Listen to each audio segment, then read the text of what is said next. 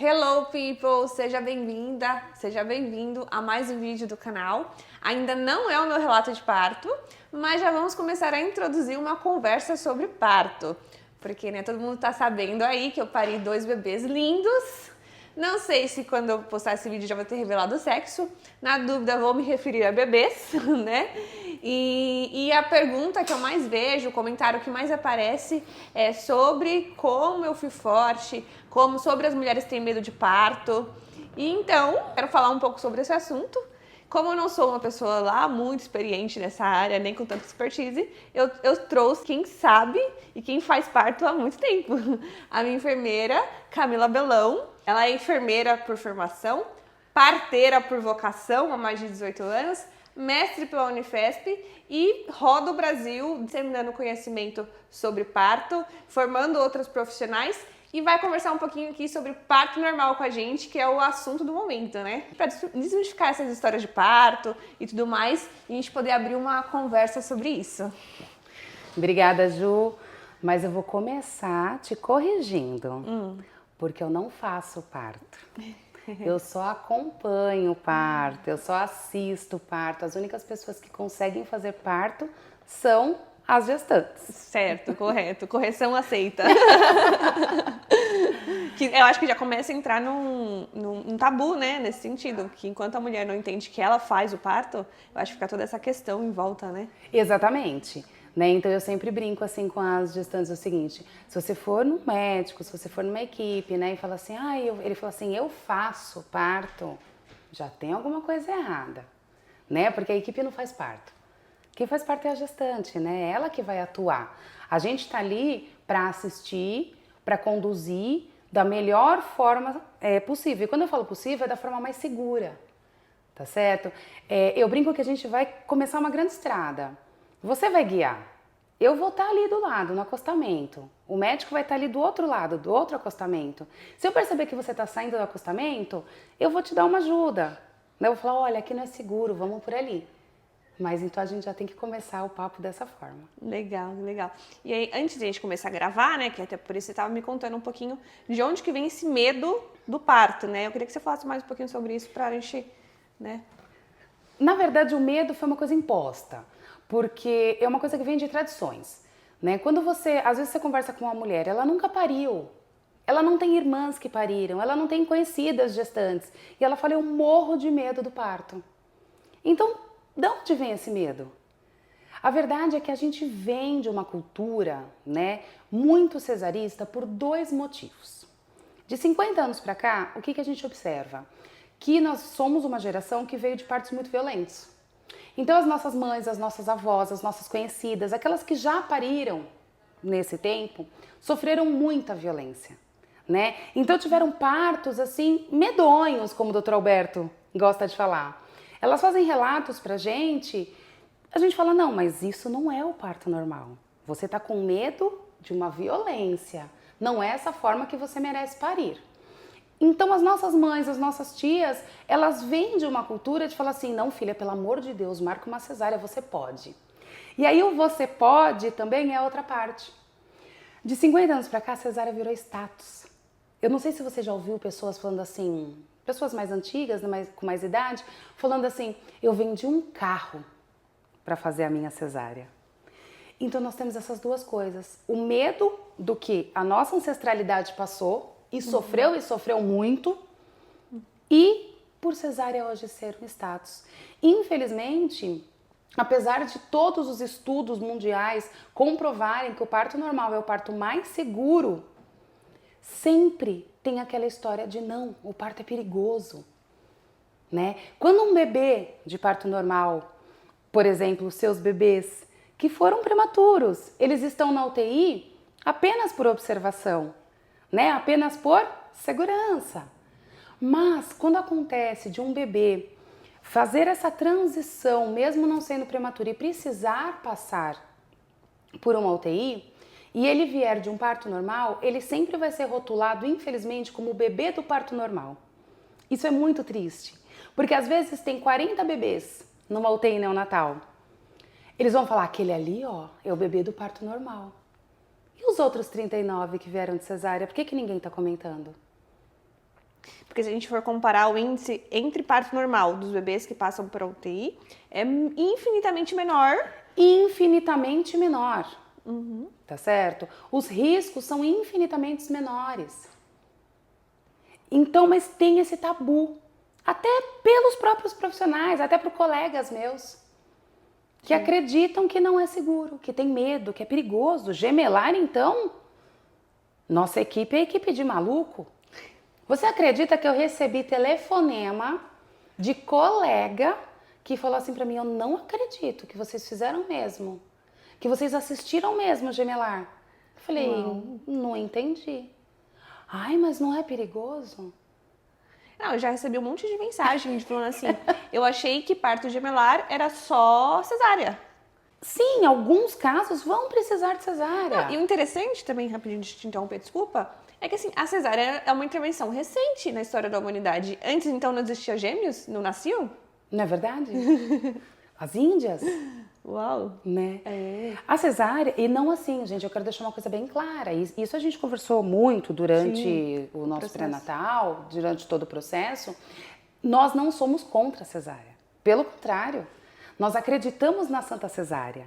Não se nega a cesárea para uma mãe e para um bebê que está precisando. Quando eles estão precisando. Quando eles estão precisando, exatamente. Tá? A gente não nega a cesárea quando se precisa, mas a gente também não dá sem necessidade. Tá certo. E aí, muito interessante, o Dr. Alberto me ensinou isso numa das consultas, que ele estava falando até essa questão do pulmão, o movimento que acontece no bebê, que a própria contração ajuda a esvaziar o pulmão para que esse bebê nasça e consiga respirar com mais facilidade. Depois do parto, a gente até sentou para conversar. Sentou não, né? Rapidamente a gente falou. E ele comentou, né, que, assim, por serem bebês prematuros, se viessem de uma cesárea, não tivesse... Eles que quiseram nascer, né? A gente não fez nada para o trabalho de parto acontecer antes do que eles sinalizassem. Se fosse uma cesárea, provavelmente os bebês precisariam ser entubados. Isso. E não foi o caso, né? Só precisaram de um auxílio ali e tudo mais, porque eles passaram por esse processo da contração ajudar a eles a esvaziar o pulmão, é isso que ele explicou. Isso mesmo. Quando o bebê ele tá intraútero, né, dentro da bolsa, o nosso pulmão intraútero, ele é como uma bexiguinha vazia. E dentro dessa bexiguinha, né, duas bexiguinhas, que são 2 pulmões, tem água, tá? O pulmão ele só vai expandir no momento que o bebê respirar. Enquanto ele estiver intraútero, recebendo oxigênio, né, via cordão umbilical, tá ali o pulmão.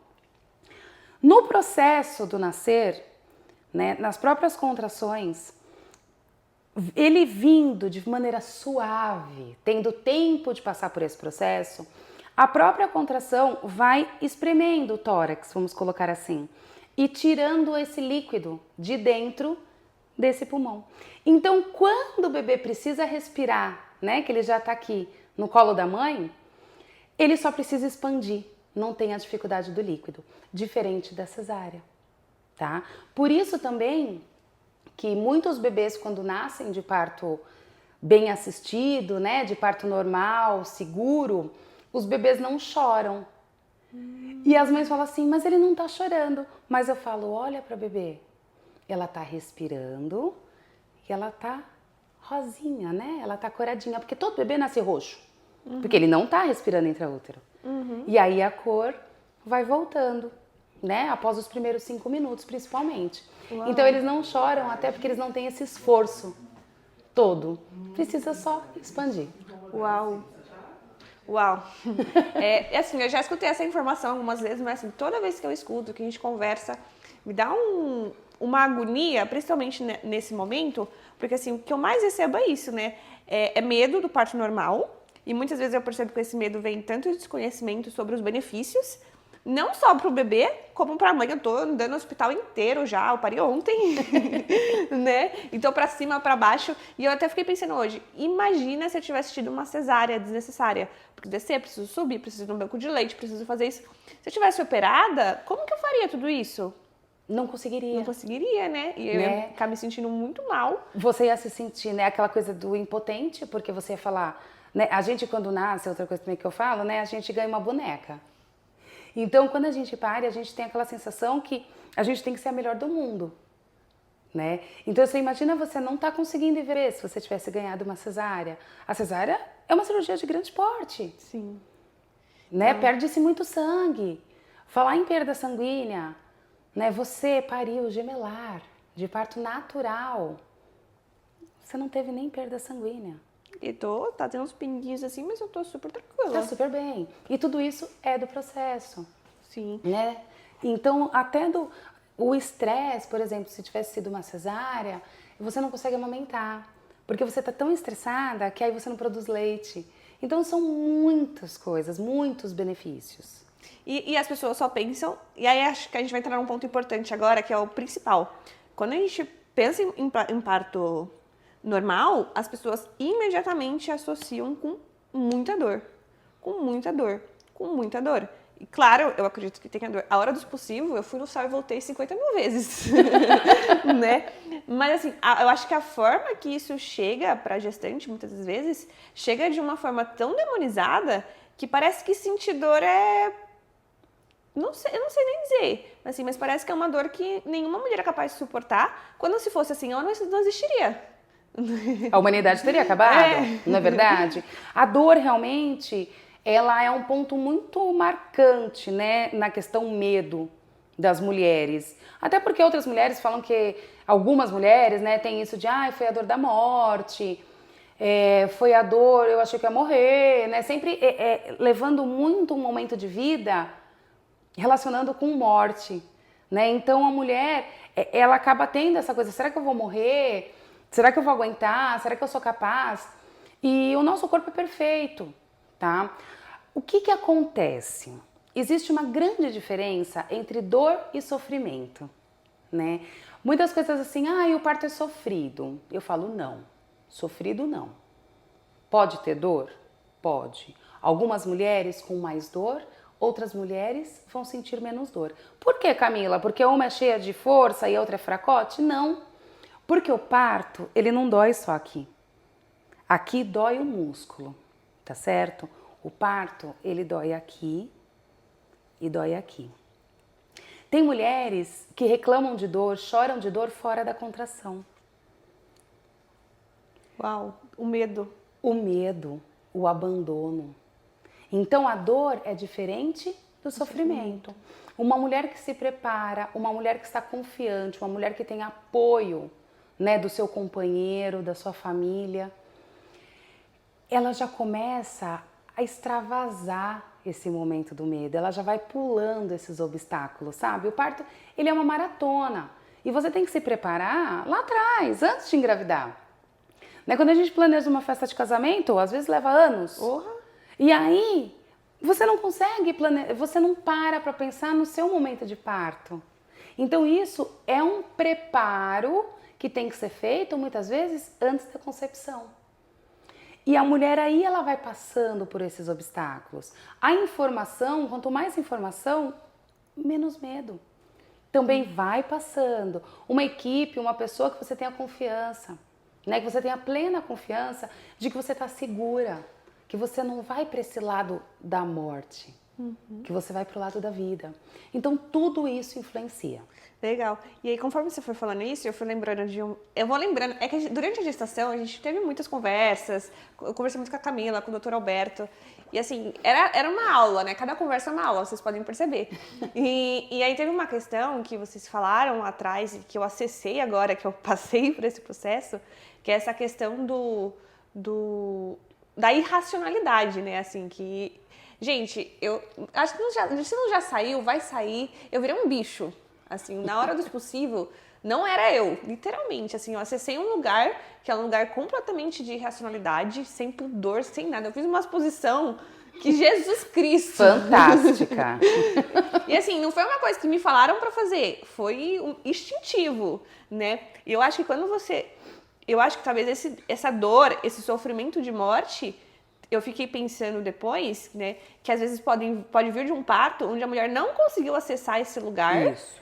E aí ela tem que fazer alguma força para sair, mas ela não conseguiu acessar esse instinto, essa força que não vem de mim. Não veio de mim, gente. Veio de algum lugar que é um lugar acima de mim. Isso. E aí, por acessar esse lugar, meu expulsivo foi rápido. Muito rápido. Né? E por quê? Porque eu me deixei ir por esse instinto. E quando eu percebo que talvez muitas mulheres ficam presas Isso. e aí faz ter mais dor. Muito mais, né? Porque é um ciclo, né? Então, assim, a falta do conhecimento gera o medo, gera dor. Gera medo, gera dor. Então, entra nesse looping. E aí ela não acessa esse lugar que você foi. E eu queria que você explicasse um pouquinho, que eu não vou saber explicar de uma forma bonita, né? Mas não é pra ficar bonito. Explicasse, porque essa questão de o que acontece, que lugar é esse que essa mulher acessa? O que aconteceu comigo nesse parto, Jesus Cristo? Que eu não sei. Você se entregou plenamente à mulher que todas nós temos lá dentro, a força que todas nós carregamos. Você se entregou para esse portal que eu falo, né? Que é para fazer essa passagem, dessa transformação. Porque você mudou, inclusive, o seu lugar na sociedade. Você era filha, agora você é mãe. Né? Então, tudo isso também mexe muito. Por isso que eu falo que às vezes o parto dói aqui. Né? Porque também às vezes fica bagunçado. Às vezes você é aquela filha que foi protegida antes, aquela menina que foi cuidada pela família, né? Agora ela inverteu esse papel. No seu caso ainda, você que poderia ser aquela menininha cuidada, você tem 2 bebês para cuidar. Então isso também dói, isso também bagunça, né, tudo. Então tudo faz parte desse preparo.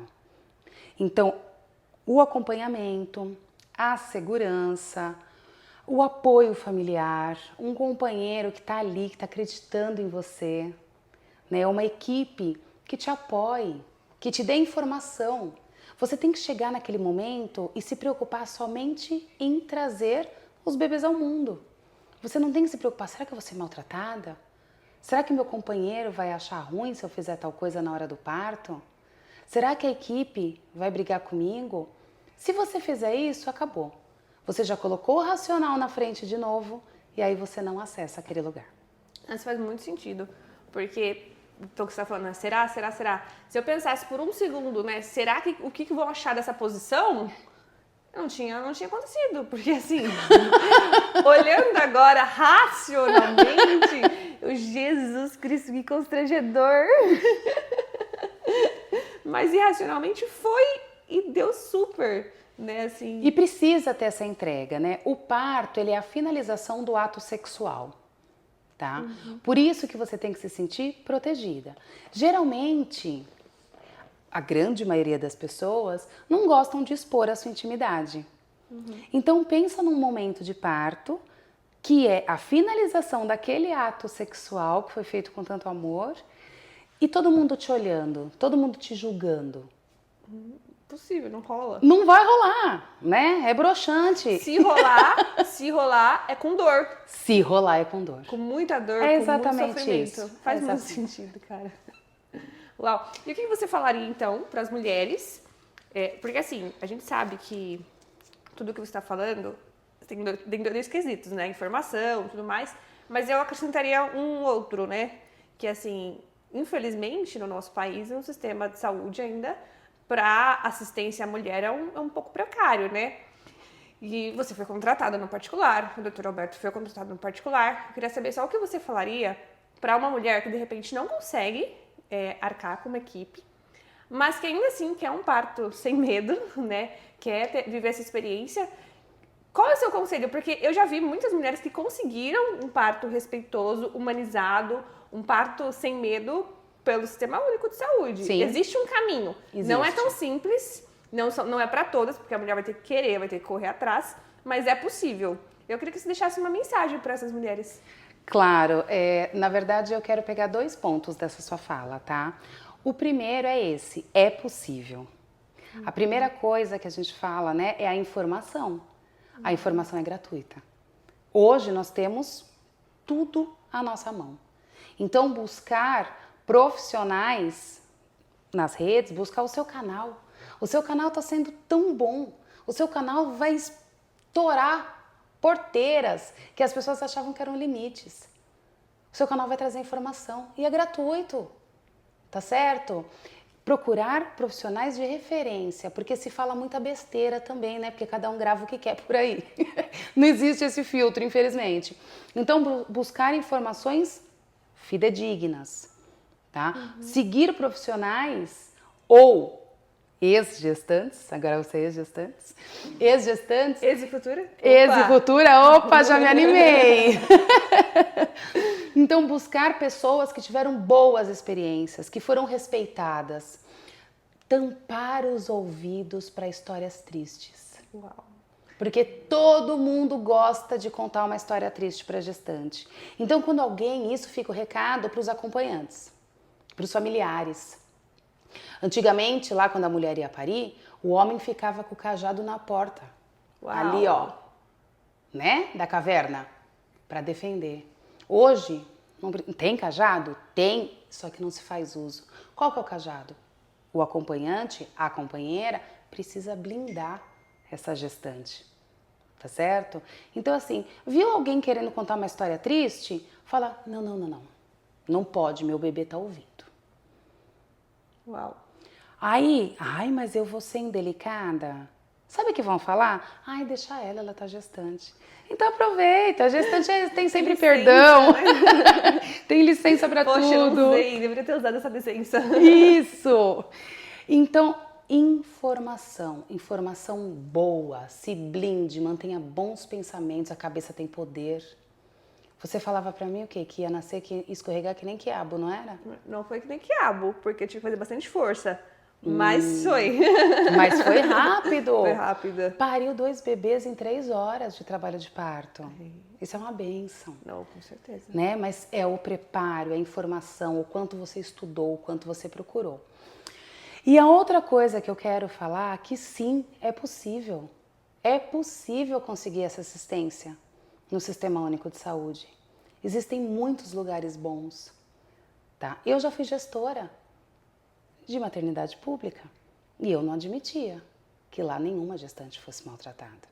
Eu acredito num dia, não sei se eu vou estar viva para isso, mas é o meu desejo, onde todas as mulheres possam ter acesso a uma assistência digna, a uma assistência segura, que seus bebês saiam saudáveis no colo das mães, voltem para casa, tá? Esse é o meu maior desejo.